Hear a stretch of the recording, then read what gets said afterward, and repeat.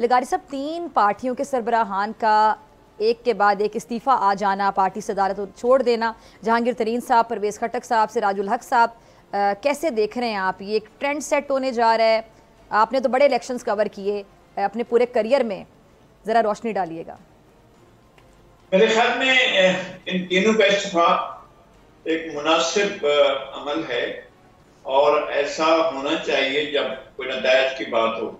मसला यह है कि सिराजुल हक साहब गालिबन वो इसलिए दे रहे हैं कि जो अब तक हम सुन रहे हैं कि जो पीटीआई के हिमायत याफ्ता अरकान है वो शामिल हो रहे हैं जमात इस्लामी में, तो अमीर जमात इस्लामी ने अखलाकी तौर पर शायद वो अपना मनसब छोड़ दिया है।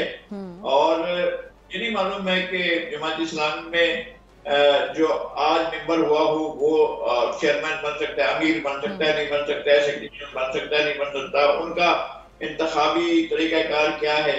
असल में इनको निशान इसलिए मिला था कि इन बकौल के इंटर पार्टी इलेक्शन जो है वो मुनासिब नहीं हुए थे या ठीक तरीके से नहीं हुए थे।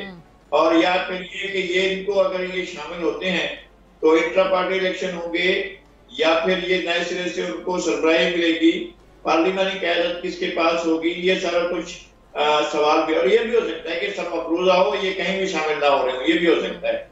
लेकिन मैं असूली तौर पर ये समझता हूँ कि अददी अक्सरियत चूंकि उन आजाद लोगों की है जो पीटीआई की हिमायत याफ्ता है, तो हुकूमत साजी के लिए पहला ऑप्शन उन्हीं को दिया जाना चाहिए कि वो अपनी अददी अक्सरियत को साबित करें, पेश करें, और वो अगर कोई इत्तेहाद बनाकर हुकूमत बनाना चाहते हैं तो हुकूमत बनाएं।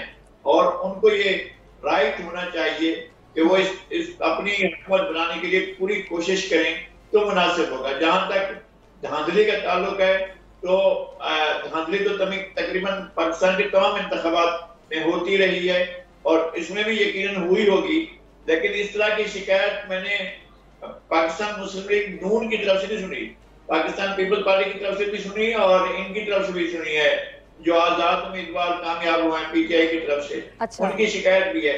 क्या मुस्लिम लीग नून से आपने ये सवाल नहीं किया है कि राना एहसान साहब ये बताएंगे कि उन्हें भी कोई शिकायत है या नहीं है कोई शिकायत, और वो समझते हैं फ्री और फेयर और इम्पार्शियल इलेक्शन हुए हैं तो फिर ठीक है, फिर वो अपनी कोशिश करें और वो जो आजाद कामयाब हुए वो अपनी कोशिश करें। और पाकिस्तान पीपल्स पार्टी को बहरहाल जाकर अपोजिशन में बैठना चाहिए और कह देना चाहिए कि जनाब हमारी वो अददी अक्सरियत नहीं है, हम हुकूमत साजी में हम कोई दावा नहीं रखते हैं। हाँ, निगोशिएट कर रहे हैं, निगोशिएट पीएमएल से भी कर रहे हैं, उन्हें चाहिए कि वो अगर उनसे पीटीआई जो है वो अगर राब्ता करना चाहे तो उनसे भी निगोशिएट करें, जो भी सूरत हाल बनती है। आप ये कह रहे हैं कि पीपल्स पार्टी को अपोजिशन में बैठ जाना चाहिए लगारी साहब? मैं ये कहता हूँ या अपोजिशन में बैठना चाहिए। अगर कोई हुकूमत बनाने में शामिल हो तो फिर हुकूमत में वजारतें कबूल नहीं करनी चाहिए, किसी सूरत में कोई वजारत नहीं लेनी चाहिए। अच्छा, वजारत नहीं लेनी चाहिए, फिर क्या कैसे देखते हैं? फिर आप जरा इसको थोड़ा एक्सप्लेन कर दें, फिर मैं दोबारा हुमायूं साहब और फिर राना साहब की तरफ जाती हूँ।